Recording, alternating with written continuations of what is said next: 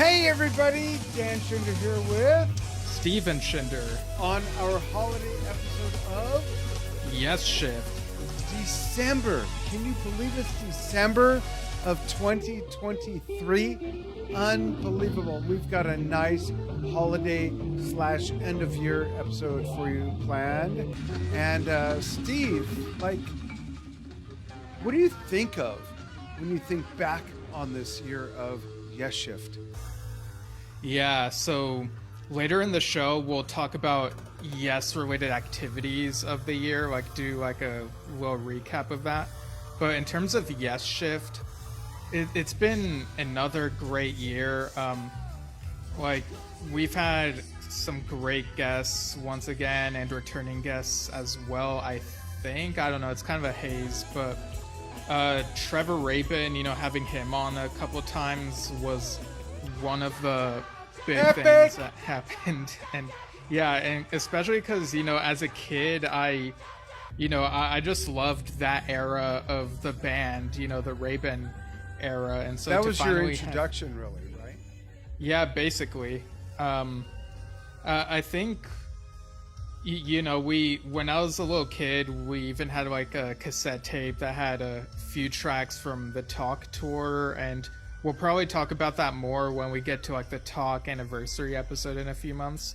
Yeah. But yeah, Trevor Rabin was a huge part of that, and we've had a lot of great guests apart from him as well. So it's been a pretty good year, and I know we're doing the end of year thing a bit earlier than previous years, but I feel since December, yeah, and last week we check did out around now. And last week, I think it was, we did 3 days in a row, 3 episodes. So I feel the math is, yeah, we did David Cross, Dave Kurzer, 2 Daves back to back, and then the Tales 50th anniversary episode. Interesting. So I want to tell a little story, because Steve mentioned how Trevor was his introduction to the band and that era and all that. When Steve was I want to say 3, Steve had, and I've told this before, but I gotta tell it, end of year and recapping, just had Trevor on. We're gonna talk about Trevor and Jack Frost movie, all that stuff today. But Steve, when he was 3, had a plastic guitar with buttons that would make noises, and he would act out the entire 9012 Live. When I think back to when we lived in Ventura, where you were born, and then just 3 short years later, you're getting into Yes. I'm yeah, that's my son. Yeah, it only took you 4 kids to get there, right? Right, exactly. And you have a photographic and audiographic memory. I hesitate to say that because I don't it's not. I don't memorize every single thing. There are just certain specific things I'm really good at remembering. Right. But it, like everybody, it's things that you like and things that you're gravitated toward. And in this case, it was Yes music and Monty Python. So Steve used to get my other son, his older brother, Alex's little army men, and act out the entire movie of Monty Python and the Holy Grail, because he memorized it. So when a lot of kids watch, well, in this case, our kids, Fantasia, 101 Dalmatians, over and over and over and over. One of our granddaughters, what was that movie? Frost, or the girl with the Frozen. Frozen. Yeah, Scott used to watch Frozen. Exactly, your niece. But Steve would watch 9012 Live over and over and over. I mean, I was getting tired of it. Over and bum bum.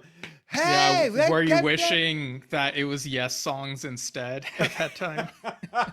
Exactly. But you had all the guitar moves and the choreography. It was amazing. So fast forward as a grown-up, episode 129, which I can't believe, right? We'll get into that. But what was it like talking to Trevor? That's like one of your Yeah. musical, heroes, if I could use that word. Yeah, and this is 128, but yeah, Oh, and yeah, talking to I Trevor, might have like mislabeled it. I don't know. it's Let me okay, see. I'll fix it after it Okay. posts after we're done. But yeah, like he's as kind of a person as you'd imagine, and like the way he was generous with his time both times we Yeah. had him on, Yeah. and yeah, how he was kind and Just a very real gentleman. complimentary toward like our approach. It's just like it's Yeah. really gratifying, like hearing wonderful things from our guests and from people who watch slash listen to us. It makes this all the more worth it. Like we have a fun time talking about this stuff on our own, but it's nice that other people are enjoying this as well. Absolutely.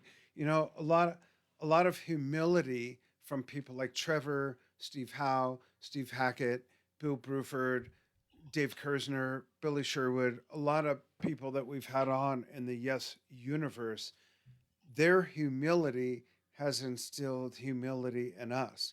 It's not lost on us. And we're not, Steve and I are not like fanboy mode. Like I've been interviewing the top legends in music and I newcomers have to like for 11 years. hold What? back on my fanboy mode when I talk to certain people we Certain have on, but I people, think I do it well.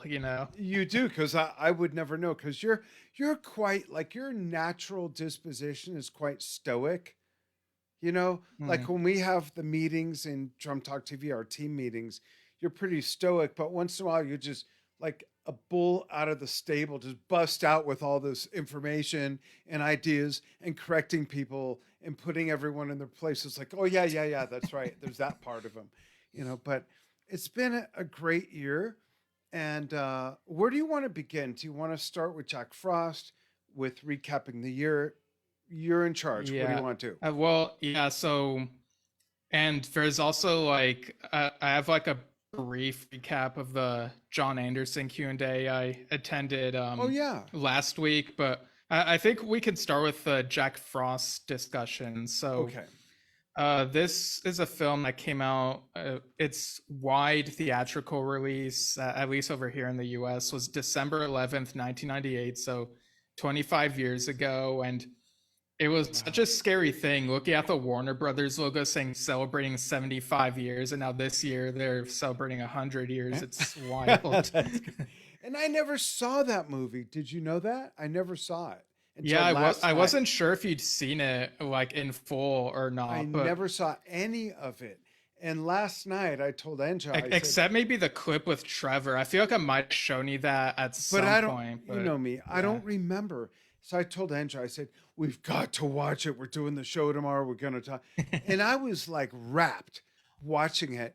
And in the first open, like, I don't want to say it's a spoiler. It's from 1912 or whenever the fuck it came out. Right, yeah. So, but when that opening scene of them playing in a club, and there's Trevor on stage, and there's Yeah. Lou, and it's like, Yeah, what? Lou Molino. Yeah, and I said to Enja, because this is 25 years ago, and they're all older. Lou is older, but doesn't look older. He's more trim.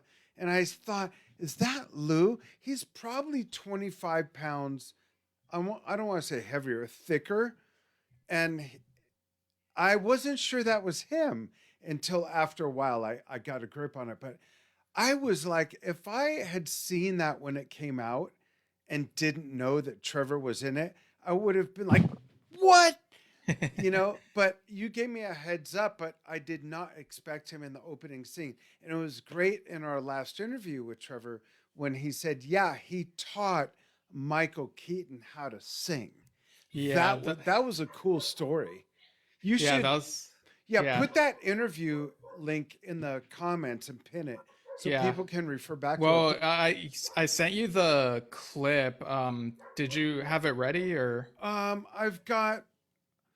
I'm sorry, I've got 6 images, but not the Oh, clip. okay. All right, I'll Ah, just post the link in the okay. comments. It's time stamped so people can check that out. Yeah, But and I'll show some images while you're talking about it.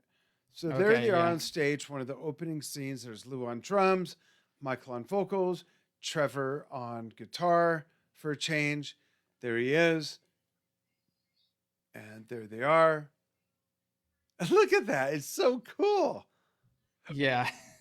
Sorry, I'm just grabbing the Yeah, no, link that's real right. quick. But here's an important anecdote.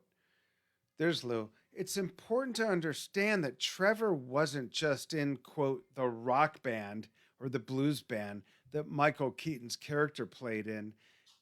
Trevor did the music score. And Yeah, so some of it at least, because I see like there are different credits, but he definitely did the track Frostbite and these songs that the Jack Frost band performs in the film. He's credited as the producer. So there, I think there were multiple people involved, but he was definitely involved in this, which is really cool. Oh yeah, big time. But I don't remember, or for that matter, know what the order of soundtracks for motion pictures are that he did. I know Con Air was his first, I believe. And I don't know where this fits in. If it's his second or fifth, I don't know. Yeah, I'm just looking that up again real quick. So film scores. Oh, okay. In 76, he contributed to Death of a Snowman. So that's pretty funny. Wow. That's ironic. Yeah, and then after that, there's a huge gap. And in 1995, he did additional music for Fair Game. And then The Glimmer Man in 1996 was the first one where he of this era where he does all the music. And then Con Air was right after that. Oh, wow. And then there's like 3 more films after Con Air. And then you get to this, Jack Frost. That's awesome. And I want to give a shout out to Amy, David Valentine, first to chime in. Thank you. Hey, everybody. Tell us where you're watching from and give us your holiday wish for the year or your favorite Trevor material or your favorite Jack Frost moment with Michael Keaton and co-star Trevor Rabin. What's funny is when the movie starts, it shows the outside of this venue and the people walking in, and the first person you see when it shows that opening concert is a quick shot of Trevor, and then it goes to Michael Keaton, and that's quite an interesting choice, to not just start on Michael Keaton, Yeah. Again, this was my very first time of seeing this. So do you want to slip into kind of reviewing the movie or? Yeah. So, well, first off, I remember seeing commercials for this movie, maybe on some other VHS tape. I don't remember which one, but I eventually watched it probably on TV in the late 2000s, early 2010s, maybe. So you were 10, 12, 13?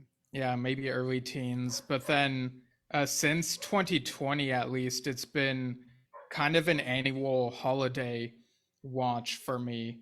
Interesting. And we'll get back to some of this stuff related to the band and whatnot. Yeah. But and fan comments as well.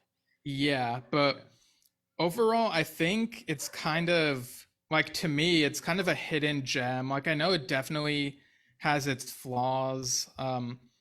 Without spoiling the ending, I can see how the ending, people might not be satisfied with it, or just the fact that, for the first half hour of the movie, you're following this dad who's a musician, but he's also not prioritizing his time very well for his son who's playing hockey and wants him to be at the hockey games. And I quite like the chemistry. He and his son have good back and forth. He and the wife, played by Kelly Preston, have good chemistry. They feel like a family, but he also sort of loses track of time sometimes. And so the first half hour, really? So the first half hour is this musician life, and then he gets into an accident, and then 1 year later, his son uses the harmonica he gave him and builds a snowman. Harmonica. Yeah, magic harmonica apparently, and he returns as a snowman. And so I can see how, going into the movie, I knew that it was a talking snowman movie, but if someone who was unaware of this, like just without context, like came into the movie and stumbled upon on TV, didn't know what it was really into the musician stuff at the beginning. I can see how they might be taken aback to how it switches to a talking, like a goofy talking snowman movie. So But yeah. it's an, I don't want to say reincarnation. His spirit finds a home to temporarily connect with his family. And Yeah. to me, honestly, because of my belief system, that was really touching to me. And Mm. I I I have a big confession. There were times where I teared up and I thought I was going to cry. I mean, it was, to me, as elementary as the movie was in some ways, in other ways it really touched me and was quite emotional. And the part and near the beginning, like you alluded to and talked about, I wondered if that was me. I wondered if I neglected my family for music or whatever was going on. And there's a little bit in the first half hour that was kind of hard for me. And I'm not Mm. saying that was me, but I'm saying I questioned myself. I So I see. don't know. And you know what? This is Yesshift, and like Drum Talk TV, it's an open forum. You're welcome to call me out on that if that was the case. But there was some emotional stuff for me in there. Right. I never saw the musician stuff that you may have been pursuing as like neglect. Like I know that there were like other things that we dealt with what other things in our lives, but yeah, like I knew I wasn't trying to say, "Oh, watch this movie, this is you," but I did wonder like But how you might perceive like Michael Keaton's character, because I know you have like a perspective that could be like kind of similar, like the stuff he was trying to do. And and I did yeah. that for a long time, and I was around other musicians for a long time who were not as family responsible as I hope I was. In fact, when Victoria was born, that was the beginning of me weaning off of the music industry Mm, for a long time. And then it took, let me think. So she was born in 86. So it's yeah. 16, yeah, Yeah, it's just like counting. Yeah. 25 years later, I became the Drum Talk TV guy and got back in the music industry. But my point is that some of that was a little sort of self reassessing, um, as a dad and a musician. But I got to interject something. So Okay. near the beginning, when he gets dropped off, and his wife, who, by the way, unfortunately, she passed away from cancer a few years ago, was John Travolta's wife. She is shoveling snow, and he comes up and he says, "Hey, do you have a few dollars? I ran out of gas." And she says, "No, my husband's a musician. I don't have any money."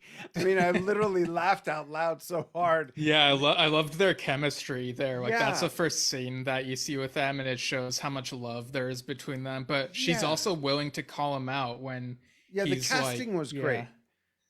Yeah. yeah. One thing I thought, Steve, and I'd like your take on this, was anticlimactic was I had never seen the movie, but Enja had. And for those Oh of you who wow. don't know, Enja is my wife, Steve's stepmom.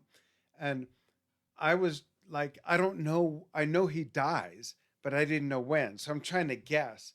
So first this happens. And then I thought, okay, he's got electrocuted doing the Christmas lights. And then this, but then when he was driving in the snow, I thought, okay, this is it. But I got to say, I know it was a family oriented movie, Yeah, I mean, I but was honestly surprised that it was rated G and not PG because of how kind of dark and some of the well, humor. But yeah. yeah, but my point is that I thought it was quite anticlimactic the way they ended him as a mortal character. You know, Mhm. like it's snowing and booming, it's a wall, and it's a year Yeah, later. the Like the what? cut is pretty weird. Yeah, I Yeah, agree. I wanted to see the car go off the cliff and catch on fire and tumble and no, you know I what I think the mean? fire would have been a bit too much, but Yeah, maybe like a faraway shot of the car going after it. yeah, So it was just like what? That's it? And I'm not like I would have been more heartbroken. I was right. already like kind of anxious leading up to the part like okay, he's gonna die. I know he's gonna die. When's he gonna die? How's he gonna die? But I just thought after all that, it was like, huh? That's it? You know, I just thought it was kind of, and then the fact that they went from that right to a year later and didn't infuse any of the, what was the other character's name? The keyboard player, the English gentleman. Oh yeah. I Gosh, thought it's that, on the tip of my tongue, but let me look. I don't think that was it. Mac. Mac. That's I yeah. would have thought they would have showed like Mac calling the mom and saying, you know, explaining that he was on his way back, wanted to be with you guys. You know, that Yeah. whole, that's an important dynamic. And that was Yeah. left out. The fact that he decided to go back, he was living up to being a dad, and that's how he ended up dying. And that was left out. And I thought that was a really empty link. What do you think? Yeah, I do think I can see how it could be narratively not completely satisfying. You know, the fact that he does choose to go back, but then he still dies anyway. I can see how, like, you know, some viewers, there might be a disconnect there. That part's Um, okay, but it's the part from him dying to a year later. They no, missed yeah, I was out just on. adding that in as something that could be a potential criticism. Yeah, they should have had that call. And anyway, all in all, it was a cute movie. Trevor's in it. The music's great. The songs and music during the snowboard chase. And, you know, there's Oh some yeah, really. the song during the snowboard chase, it's called Hey Now Now, and it's by I think they're called Spiral 360 or Swirl 360. Like it's such a cool song. Like for so many years, whenever I'd catch it, I was like, "What is that song?" And so finally knowing what that song is, like it injects some energy back into the movie after the downer parts. But Yeah, yeah, that's and true. Mac is a great character. You can see what great friends Mac and Jack. Wow, their names rhyme. I just noticed that. Mac and Um, Jack. yeah, they're you can see how really good friends they are, and Yeah. the part during the, you know, this is a little bit after the snowman stuff has started. Like, Charlie, his, you know, Jack's son, goes with Mac to see like some outdoor show, and there are a couple interesting quotes from Mac who says music was life, and like after Jack died, it started to feel like work. And Jack always said it should never feel like work. Right. And there's also that moment where Jack, or not Jack, Jack's son Charlie asks, "Did my dad ever want me to become a musician?" And Mac is like, "He wanted you to be whatever you wanted to be." And like that was such a nice line there. Although I do wonder if maybe that exchange could have been before Jack came back to life. So it would be like this Hmm. nice thing he hears about his dad before his dad comes back. So but either way, like those are some really great lines. And you know, the humor from Michael Keaton, like when the son says, "But dad," and then Michael Keaton's like, "But dad," or Yeah, "You're calling me yeah. but dad I now." I love that as well. The banter and the yeah, that's total dad joke shit. You know, that was Yeah, great. I do think that there could be for some people kind of a disconnect. Like the snowman doesn't feel completely like how Michael Keaton is when he's human, but you know, either way, it's good to see like some of these dynamics. And you know, I understand like some people's issues with certain things, but even then, I still think the film is like highly underrated. Like for me, I'd probably give it like an 8 out of 10. And I know a bit of that is like some emotional nostalgia, but I don't know, it's sort of become a holiday staple for me. And I have like some things to say about like a couple more things to say about the soundtrack, but anything else you'd like to add to that. No, Like, I agree 100% with all of that. Go ahead and give us your comments on the soundtrack, and then I'll start reading some fan comments about the movie. yeah, so I don't remember hearing this song in the movie, but the Spencer Davis Group song "Gimme Some Lovin'" I is on the remember. soundtrack. Yeah, Oh yeah? it's I think one of the songs I think they were performing. Yeah, Huh. Yeah, with Steve because I Winwood. think the Yeah. songs they perform, like at the beginning, it's Frosty the Here he Snowman, goes with the autographic and memory. Yeah, go and on. and in the studio, it's "Have a Little Faith," I think is a song. But yeah, And on the it was soundtrack, during another snowball scene, maybe snowball okay, fight scene. Yeah, yeah. but I So remember that. what's funny is Yes have covered "Give Me Some Lovin'," especially in the Really, definitely in the 90125 era. Like I think there are at least a really, few shows I where didn't know that. yeah, where they played it as an encore. And you also got the song Landslide, which plays on the snowman is Right. being built that becomes the father. And what's funny about that is the Stevie Nicks connection. You know, Love Will Find a Way, Trevor Wrote, originally wrote for yeah, Stevie Nicks, and then Alan was like, well, why don't you use that for Yes? And the rest was history. yeah, yeah, Um, yeah. I and can't hear Stevie doing that now that we have what we have with Yes. I could kind of imagine her voice instead of Trevor's, but yeah, I don't know. It's an interesting what if. Yeah. Also, something that you noticed that I didn't notice was in the credits, one of the camera operators is Oh yeah, named, it's the Steady Cam. yeah, the steady cam operator is named Chris Squires with an What? S at That's the like end. whoa. What are the chances, right? Yeah, and I was looking up this person's credits. It looks like this Chris has also done Whiplash, you know, another Oh, a music drumming movie. film. Yeah, so he's done a lot of things with cameras, apparently. So, We should interview him and ask him how he came up with the fish on right, yeah. Fragile.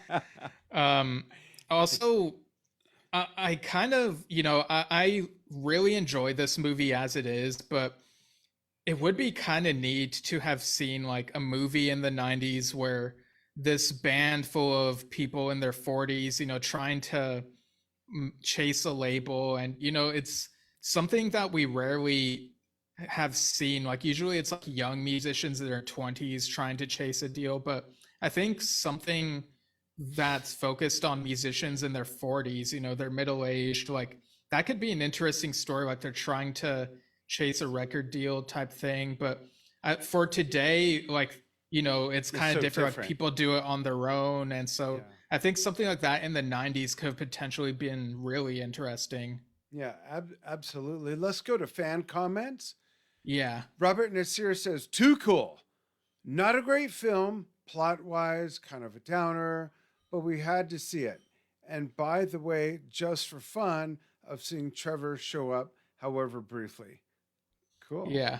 And then we got Michael Jerry Kane, who says, just watched it the other night. Love Trevor in the movie, but the ending gets me every time. Yeah, it definitely gets really emotional. Yeah, definitely. And they could have mushed it up a lot more. They really Yeah. could have. Yeah, absolutely. Douglas Pridamore says, I love this film. Trevor's film score for the film is probably my most favorite. I own a copy of the film and watch it often. Douglas Pridmore, I love this film. Yeah. Trevor's film score for the film is probably my favorite. Oh, it somehow got copied twice. Don't know what happened Oh, yeah, my bad. It must be the admin's fault. Yeah, Alan Nicole says it was a buzz to see Trevor Rabin playing in the band scene. Yep. And then we have Amy David Valentine, who's watching right now. Yeah. Amy, what's up?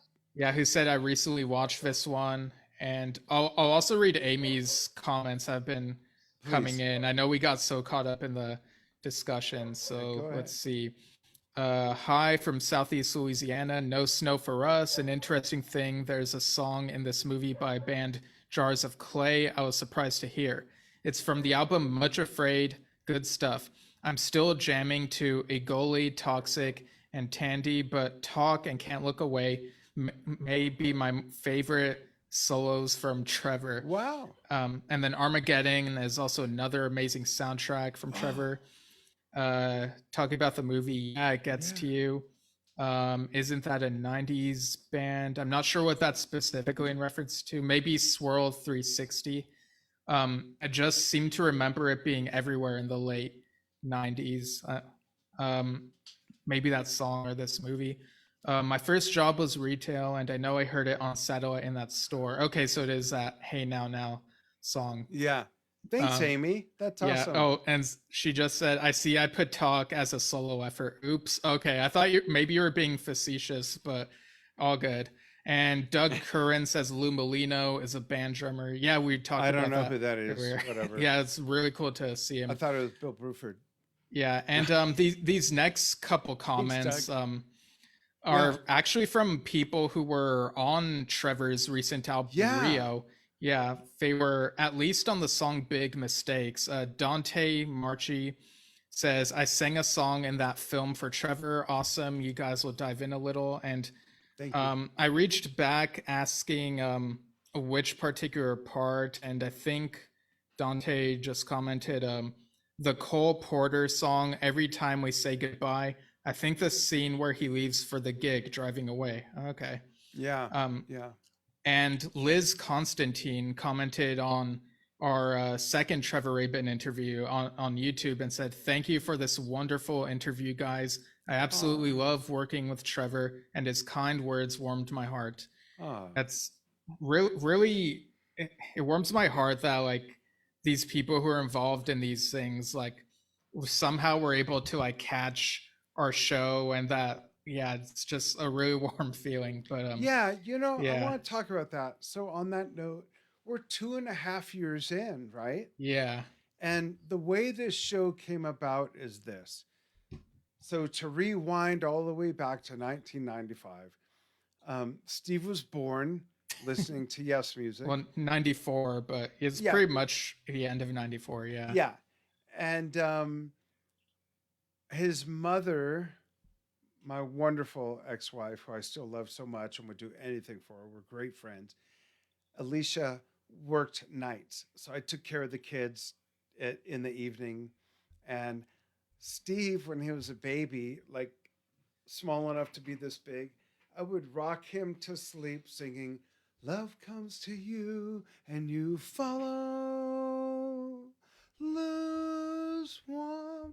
And he would fall asleep. So he literally grew up listening to Yes Music his whole life. And one day, 2.5 years ago, we were having one of our every other night sessions on the phone, talking about Yes and what's going on with them and the different members, inside, outside of Yes, the periphery. And I remember exactly where I was in my kitchen, where I said, we should do a podcast. We're always talking about this. And he said, really? You would do that? Because we're both really busy with our other company, Drum Talk TV. And I said, yeah, we do it anyways. Why not just broadcast it? So that's how Yesshift was born. It started with a different name for the first maybe I prefer the new name, though. I do too, yeah. And now we're 128 episodes in with plus like 30-ish news episodes and a few like solo episodes I've done. It's Steve's wild. Done. Roger Dean, Freya Dean documentary we did on site in San Francisco. And it's just amazing to me what this has turned into. It truly is the definition of a passion project. And between my wife and I, Steve's our youngest of 11 kids.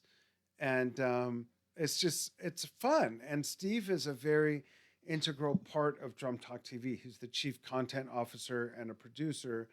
And this is just sort of a fun sidestep thing we do without any pressure.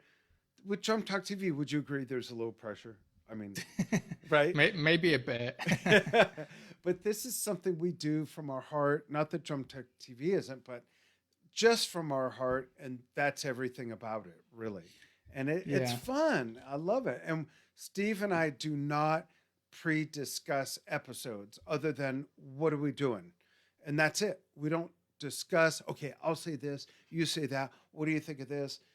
It's totally organic. Steve does prepare some notes as a great producer to give us some guidelines, and then we just sort of organically let it blossom and flourish from there. And I can't believe it's been 2.5 years. You said 3 dozens of 30. It's about 170 episodes altogether, probably. Yeah, something like that. Yeah. Yeah. And before we move on from Trevor Rabin, I just want to mention that Wait, 1998. we're moving on from Trevor. So 1998, he also contributed to this Christmas collection album called Merry Xmas Volume 2. So it's very guitar heavy. And his contribution was Come All Ye Faithful. And like, so for the first half of it, like the first couple of minutes, he's playing it traditionally, and then midway it switches to more his style, with how you expect from like how he plays on his on electric guitar. And it's a really cool track. People can find it on YouTube. It's really cool. You know what's bizarre about What? Trevor is that when I first found out about him, and I talked about this in the last interview, he was 29, and now he's going to be 70 in January. Yeah. And that's mind-blowing to me. He's still so youthful in spirit, and he looks so young. And then it makes me feel old, because then I have to remember, oh yeah, I'm a little older than I might look on camera, believe it or not. And so I'm going to be a great grandparent in late February. That's how old I am. There you go. That's all you get. Yeah. So before we, oh, sorry, were you gonna say something? No, that's it. Yeah. Okay. So before we do like a little year in review, I guess I can sort of recap like the Jon Anderson Q&A stuff. Yeah. I haven't heard word one from you about that, so I'm curious how it went, what happened, what was said. Right.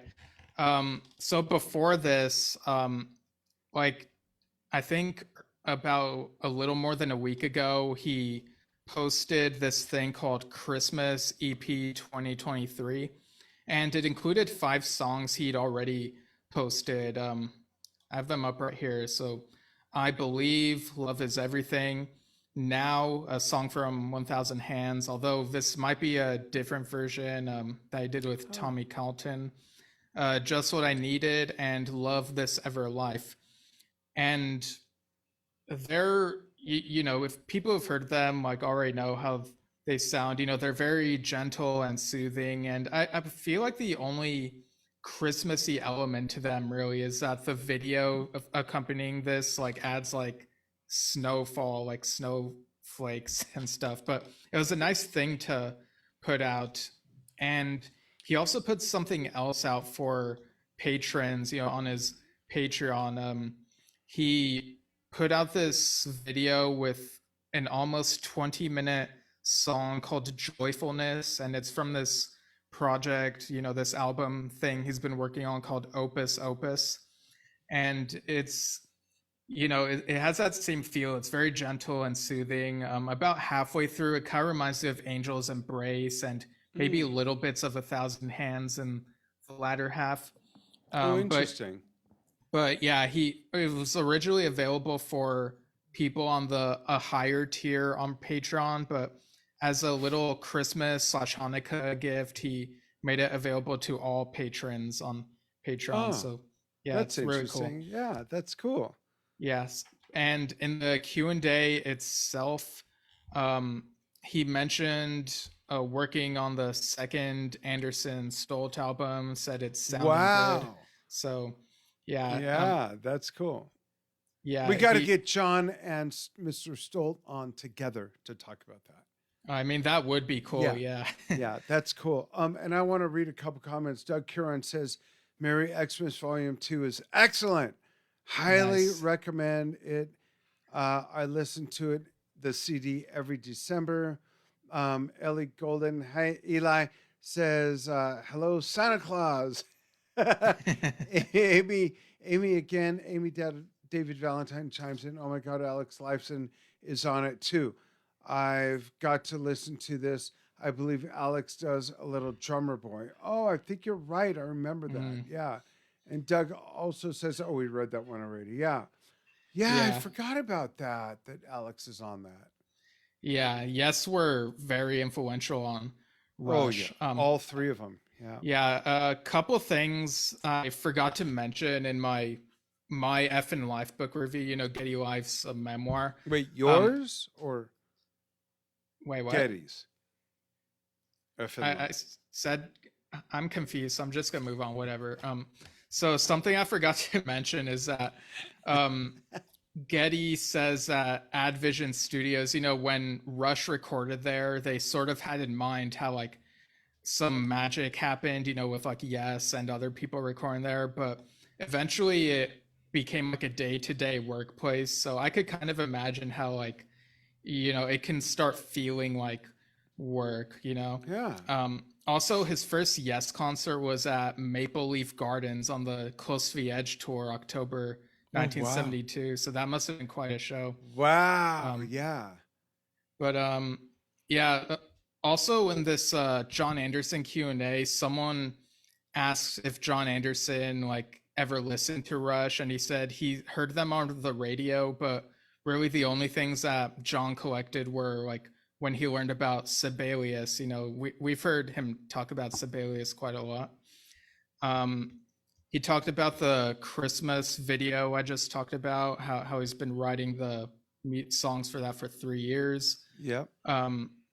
Someone brought up Three Ships, and Jon Anderson, um, I, I don't know why I said his full name then. I guess because I just have that in my notes. But John said he was inspired by a line from It's a Wonderful Life. It's the Angel Wings quote, about the bells. Like um, every time you hear a bell, an angel gets its wings, I think is the quote. But Oh. yeah, and along the way, making Three Ships, John was told you have to put like traditional Christmas music to make an actual Christmas album. So he talked about Oh Holy Night and getting the gospel singer that they had on that song, and she Yeah. really like, giving her the spotlight on that song. It's really Yeah. good. That's a Yeah. great album. I remember receiving that album on vinyl, and I still have it. It's right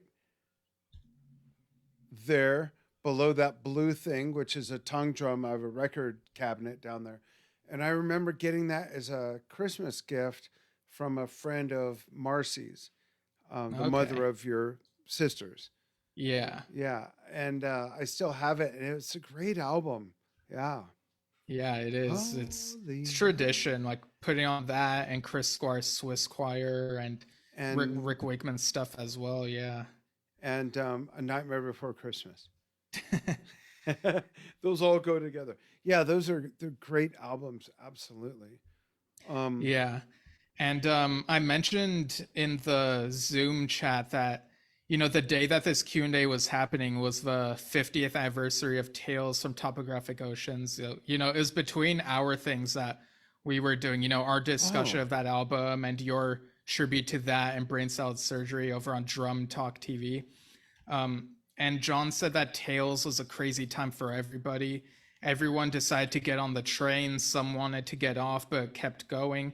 When they finished the album, he told this story that I think I've heard before, maybe slightly differently, but he mentions how when they were finished, at some point they got outside. Eddie Offord had these tapes of the album, and the tapes fell on the floor of the road, and John had to like stop a bus from running over them.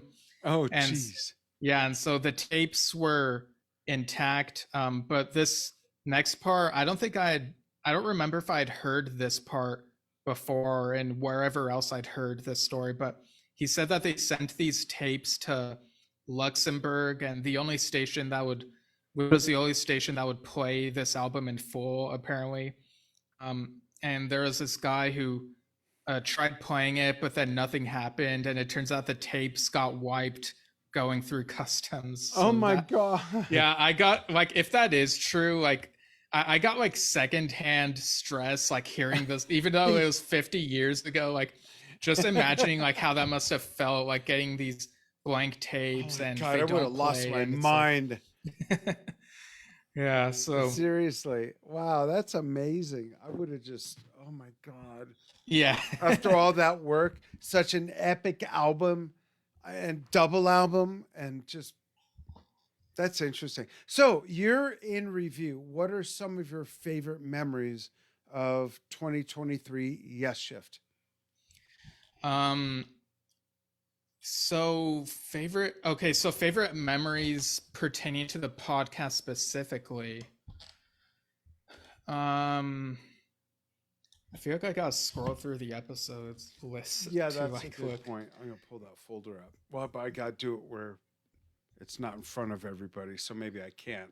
Yeah, Uh, well, I'll just scroll through and oh yes, I yeah, I'm can. not gonna read like all the things, but just reminding myself like, because when I look back on this year, I'm mostly remembering like the stuff toward the end of the year. So I've got some things. May I? Okay, Roy Stahl interview was great. I loved that. yeah, Both times that we had Trevor on was wonderful. Um, we had yeah, Oliver Wakeman on. He's always just so great. I really enjoyed doing the review of Trevor Horn's book. That was a lot yeah, of fun because that was a really enlightening yeah. That was a book. fun read, Yeah, and as well as also reading Kevin Mulrine's The Tormato Story and having him yes, on to talk about that. very revealing, and Yeah, the and whole John Wetton, thing that we did, yeah, reviewing and that. have Just and geeking out on Yes with Stephen Lamb talking about his book, Yes, every album, every song, and talking about all these other areas yeah, of Yes.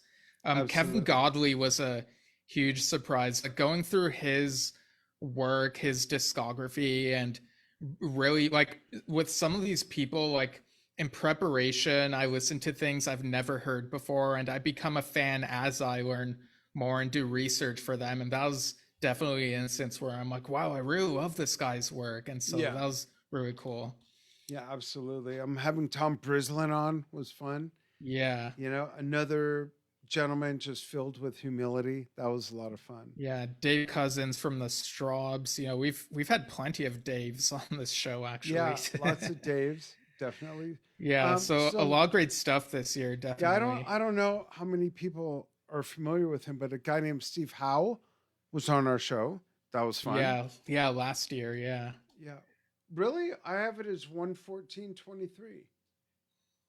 Um, I'm looking oh, at dude.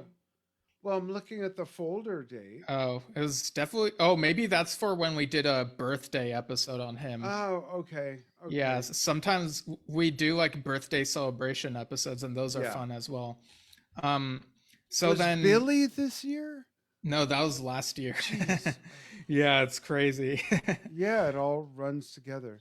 Yeah, But so do you, every guest has been very meaningful to us. And when Steve and I get to do shows like this, which is the two of us, very meaningful. I mean, it's again a passion project. How old are you? 40 years in the making? No, 29 years in the making.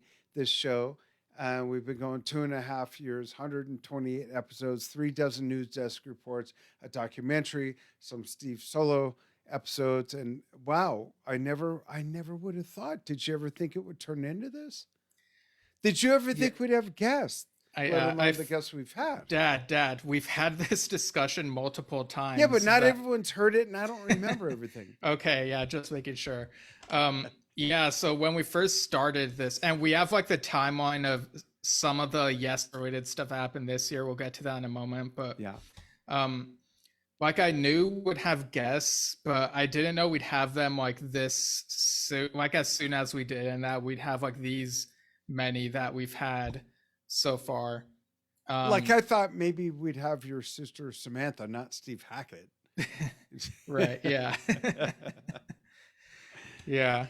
Um, so we have this 2023 and yes. So for this I tried to stay specific to things that directly involved yes members and alumni and maybe releases that had them on there. So right, it doesn't have like every little thing, right. but you know, it's I feel like it's a pretty good timeline. It pretty much summarizes the year. So in February, Benoit David did like pretty much his only public interview that he's done since leaving Yes. It was very enlightening, some very interesting tidbits there. uh, Also, that same month, Rick Wakeman performed at the London Palladium, where he played Six Wives, King Arthur, some classic Yes, and Journey to the Center of the Earth. And he released a Gallery of Imagination that month as well. Right. Yeah, that was an interesting one to review. February through March, John Davison toured with his father-in-law, John Lodge, in the U.S., celebrating Days of Future Past, you know, the Moody Blues album. March, Rock and Roll Romance Cruise included John Lodge's band as well as Rick Wakeman. And then March through April, Rick Wakeman's His Music and Stories tour. Wow, this Rick Wakeman guy is pretty busy. He's all over the place. Yeah.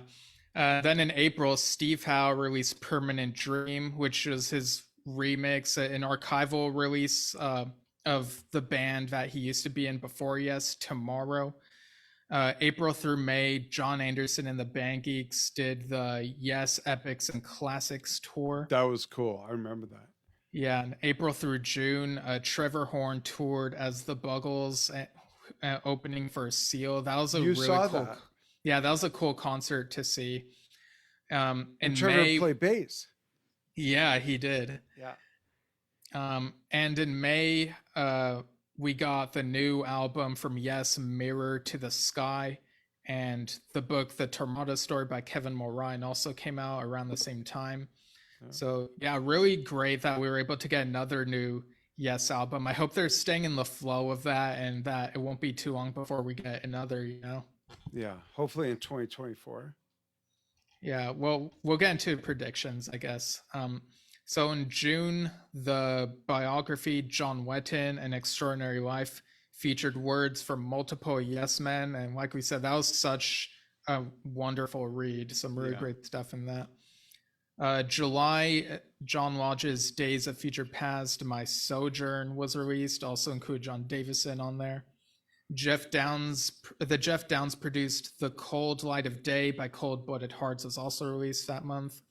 And then July through August, Jon Anderson and the Paul Green Rock Academy did Close to the Edge 51st anniversary tour. That was amazing. Yeah, and then in August, there's a John Wetton tribute at Trading Boundaries, which included not only Rick Wakeman, Roger Dean, and Jay Shellen, among many others, but also Bill Bruford doing a public performance there. That was probably the most surprising thing to happen this year. And there's also the launch of the Claiming Peter Banks documentary campaign, which I think people can still contribute to at supposableproductions.com.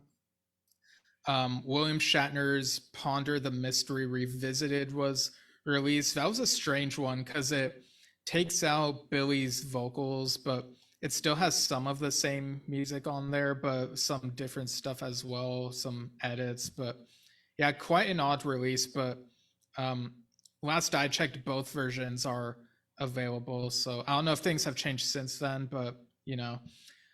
September, Rick Wakeman and Billy Sherwood were featured on Fusion Syndicate's A Speedway on Saturn's Rings.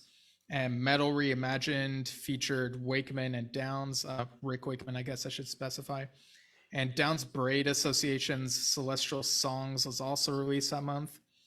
And September through November was the Classic Tales of Yes tour, which was a fun concert to go and see. And, you know, just meeting Roger Dean, I keep like just, yeah. Was that the highlight of that? It was definitely something that, you know, was the biggest like unique thing about that, I would say, because he hadn't toured, well, because, you know, he was basically the opening thing for them, and that was like a new thing for a Yes tour. Like that hadn't been done on previous tours where he like does a lecture at the beginning. So it was probably the most unique thing to happen there, other than maybe the Tails medley. But yeah, it was so cool, like being able to see him. And then in October, there was the Yes singles release, which I know there's been like maybe mixed reception at best, at least in the lead up to it. Although I did see a few people say, "Yeah, I'm getting this," but I haven't seen much talk about that since then. So yeah, I'd be curious to know like how the sales for that went and whatnot. But also, Trevor Rabin's Rio was released, and that was great huge because album, yeah, because it was amazing his production. I love yeah, that. yeah, it's somewhat eclectic and very much him, and Yeah, first solo album in 34 years. So with vocals. Yeah, yeah, with vocals, yeah. yeah. And also the Alan White documentary was announced on, I think it was a Bob Rivers podcast, if I remember correctly. So I'm kind of surprised that there hasn't been as much talk about There's that. Alan. Yeah, it's been kind of low key, but maybe we'll hear more as more progress is done on that. And Patrick Moraz performed at Prague Stock. Watched the live stream of that, and he seemed like he was having so much fun. Yeah. And when we talked to Dave Kersner last week, he talked about like Patrick basically like his encounter with Dave and like complimenting him and stuff. It was a fun story. Yeah. And then November, Prague Magazine did a feature on 90125. Our friend Stephen Lamb interviewed Trevor for that. And the Yes album deluxe edition was also released, as well as Steve Howe's Motif Volume 2 and the John Lennon and Extraordinary Life box set. It kind of feels like the Yes album has been having a little bit of a renaissance. Revival, yeah. Because recently there was that, someone unearthed a couple promos from that era, a video of Yours Is No Disgrace on an old show called that photo Take One I sent Plus you. One. Remember the photo I sent you recently of them rehearsing for the Yes album? Oh yeah, at Steve Howe's farmhouse, yeah. Yeah, but that yeah, was neat. Yeah, and the promos were for some show called Take One Plus One. I don't know what ended up happening with the show, but the Yours Is a Disgrace one had like some images of soldiers, and the I've Seen All Good People one was kind of weird in that for most of the Your Move section, Jon Anderson is just standing against, like, if they make it look like he's standing on a giant chessboard, imposing him on footage of that, and it's really weird. And then it doesn't show the band until like when Your Move is ending. Yeah. My favorite Yes song. Yeah, and speaking of your favorite Yes song, it recently appeared in the season 5 premiere of the TV show Fargo. Oh. Yeah. Did any of our viewers / listeners know that happened? Yeah, there were so many posts on Facebook about that. It was hilarious. Yeah, I only watched the beginning of that premiere just to see that, but I do intend to watch the whole season. And then November through December, Rick Wakeman, there are 2 of these. The one of them he's already done in late November, these charity concerts for Saving Strays, a charity that helps dogs and whatnot. I know he played Silent Night and Amazing Grace, so you got the holiday theme going on.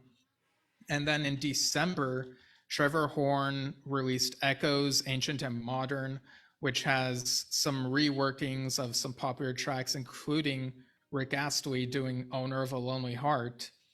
Whoa. Yeah. I missed that. And then there was that Asia Live at the Budokan stream. Oh, that was great. Yeah, which also included the Road to the Budokan documentary. Yeah. At the beginning.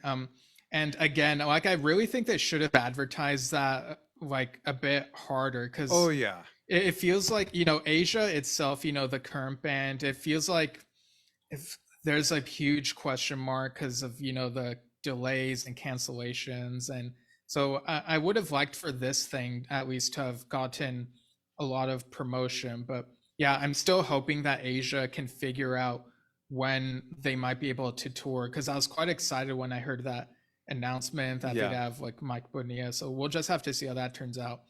And a few days ago, there was this video that showed up on YouTube of, it's this 9-minute video of Yes in Toronto, 1974 during the Tales tour. I guess this person took these snippets of footage from that and cleaned them up. So the YouTube user is called Speedy. And so it begins with like, Speedy. yeah, and it begins with like this footage of like people going to sit down in the venue, and then shows snippets of different songs throughout the concert. So it's really cool when stuff like that is found and like updated, remastered, made presentable. So it's really cool when that stuff happens. So it's part of the storytelling, of the whole legacy. Yeah, every little thing that gets dug up adds every to little what we thing. already know about. Yeah, and throughout 2023, of course, Oliver Wakeman was very busy with Onam Kara, which will probably be released sometime next year. And he had some guest appearances as well, and is working with Rodney Matthews. And Tom Brislin has just been super busy touring with Kansas all year. Yeah. So what I've read to you, like a lot of the big things that happened this year, and yes, what are your thoughts on all of that, Dad? Number 1, 5, 12, and 17 are my favorites. No, you know what's amazing to me is that they're all so busy. Even Rick in his ripe old age of whatever, 70, whatever, they're still so busy, so active, and the most important thing, so relevant. Their music is still so relevant, and their music is also diverse. It's not just one thing. It's not just proggy. It's not just yesy. They're all kind of also definitely cementing and galvanizing their own identities further and further, deeper and deeper, and staying relevant with the times without conforming, which I love. I just love that. Like, to perpetuate their talents for who they really are and what their music really is the best thing, rather than the term sell out or compromising or, all of that. And that's what's great, when you see Jon playing with the kids and the different things, and everybody doing different combinations of albums together, the cruises, the Yes albums themselves, and everything. I'd love to get a new live Yes album, an official one. Yeah. I think that's about due. Yeah, I agree. Like the last one we got was of the Royal Affair tour.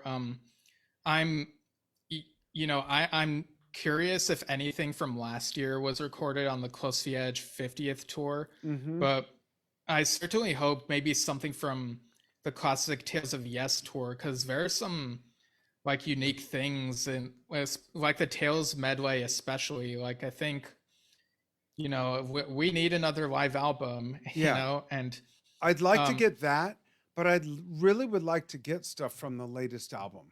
There's some great stuff on there. Yeah. There's some really good music on there.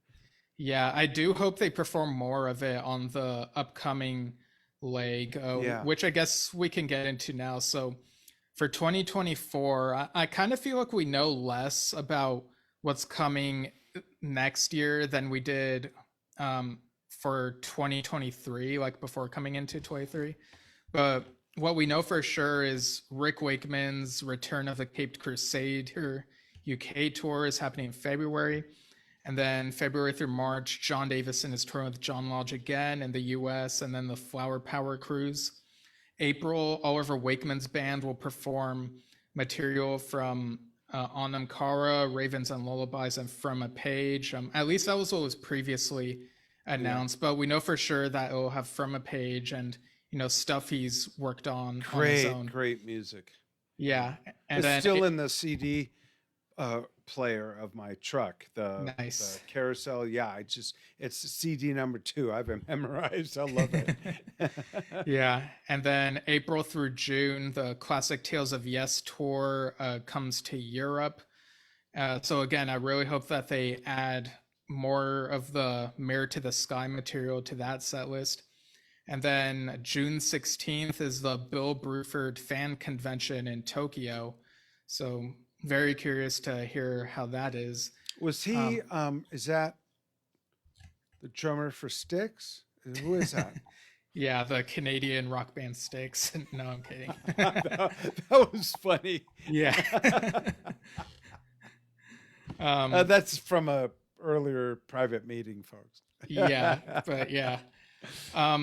That's so cool though that Bill's doing that. That's cool. Yeah, so those are the things we know for sure are happening. And again, Oliver Wakeman's album Onum Kara, we presume will probably come out next year. Arc of Live stuff is kind of like things might be changing with that, as we talked about with Dave Kurzer recently. Yeah. And I'd be curious to see if there's any Circa activity like going on. And what was the other things off the top of my head?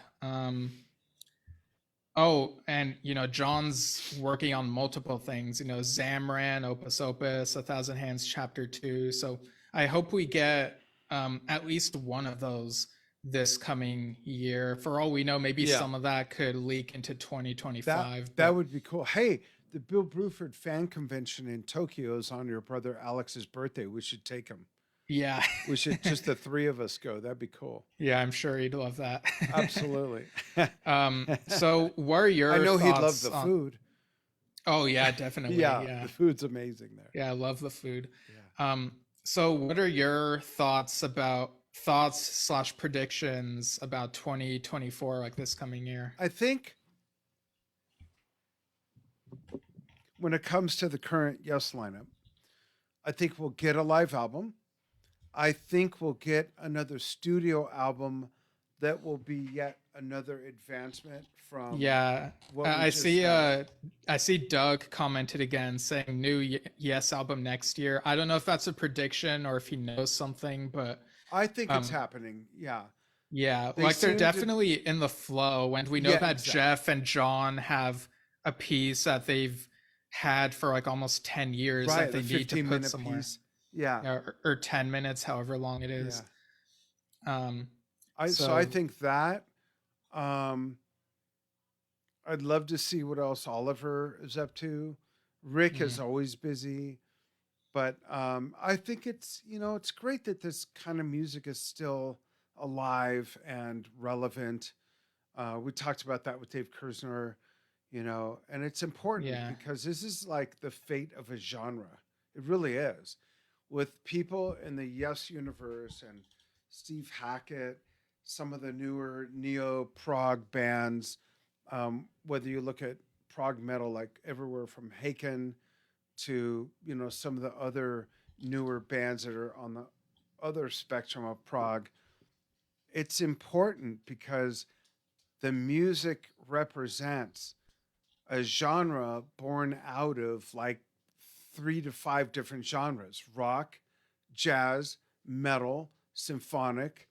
It's important. And that amalgamation of those different influences and genre and music form a genre of their own. And we've heard that going way back to the Beatles when they started to get into psychedelic stuff, and then Pink Floyd, and then bands like Pink Floyd, Jethro Tull, Yes, Emerson, Lake and Palmer. If you listen to all those first albums of those bands, Pink Floyd, Jethro Tull, Yes, Emerson, Lake and Palmer, you can hear a common denominator. And now 50 whatever years later, you hear the common denominator of how that music has, I don't want to say matured because it's matured over and over and over through the years, but how it's kept up, how it has stayed relevant. And to me, that's important. I love that. Yeah. And folks, if I missed anything from this past year, this coming year, feel free to list them and discuss in the comments because Or write we'll, him in Downey, California, 1560 don't, Sunderland yeah. Boulevard. Oh. Just write him. Send a card. Fart into an Right, envelope and send it to right. him.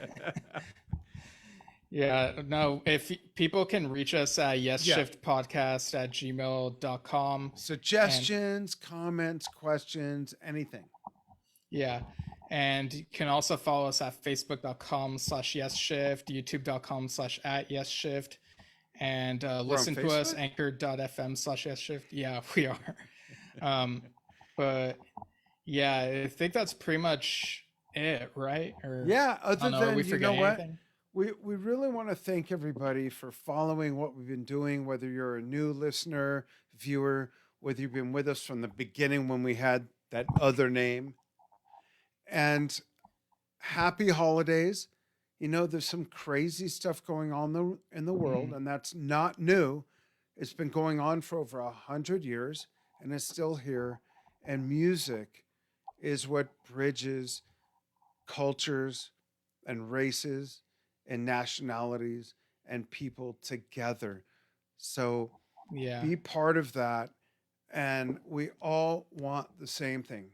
We all want to be healthy. We all want to have a roof over our head. We all want our children to be safe and have some form of education. And we just want you all to have wonderful holidays and a beautiful new year. And Steve and I are going to connive and cajole and scheme and plot and plan some great stuff for the new year with some wonderful guests and some other things on our own together. yeah, for sure. Like, I think, this is a longer break than last year, but I think we'll come back like really refreshed and, it'll be business as usual. We'll have our discussions that the two of us have, and we'll also have some guests on at certain points. And And some new ones, new yeah, guests. Yep. and yeah, the mystery of the coming year, like, I think it really adds something. Like, there's kind of an unknown factor in terms of like some of the music activities, so it's very exciting in a way. It is. Yeah. And we're moving into, a whole new year of music and news, industry news. And I'm excited to see how this unfolds together, Steve. Yeah, for sure. Yeah. Awesome. Thank you, folks, so much. Happy holidays. Best to you, your families. Peace and love. God bless you. And we look forward to seeing you after the new year. We will be taking a break. You'll see us peek in and out on Drum Talk TV before the end of the year. Follow us there, Drum Talk TV, on Facebook, YouTube, Instagram, Twitter, Vimeo, Knickknack, Paddywhack, Step on a Crack, Break Your Mama's Back, right? All those. Right. All right. Thanks, everybody, so All much. right. We love Happy you. holidays, everyone.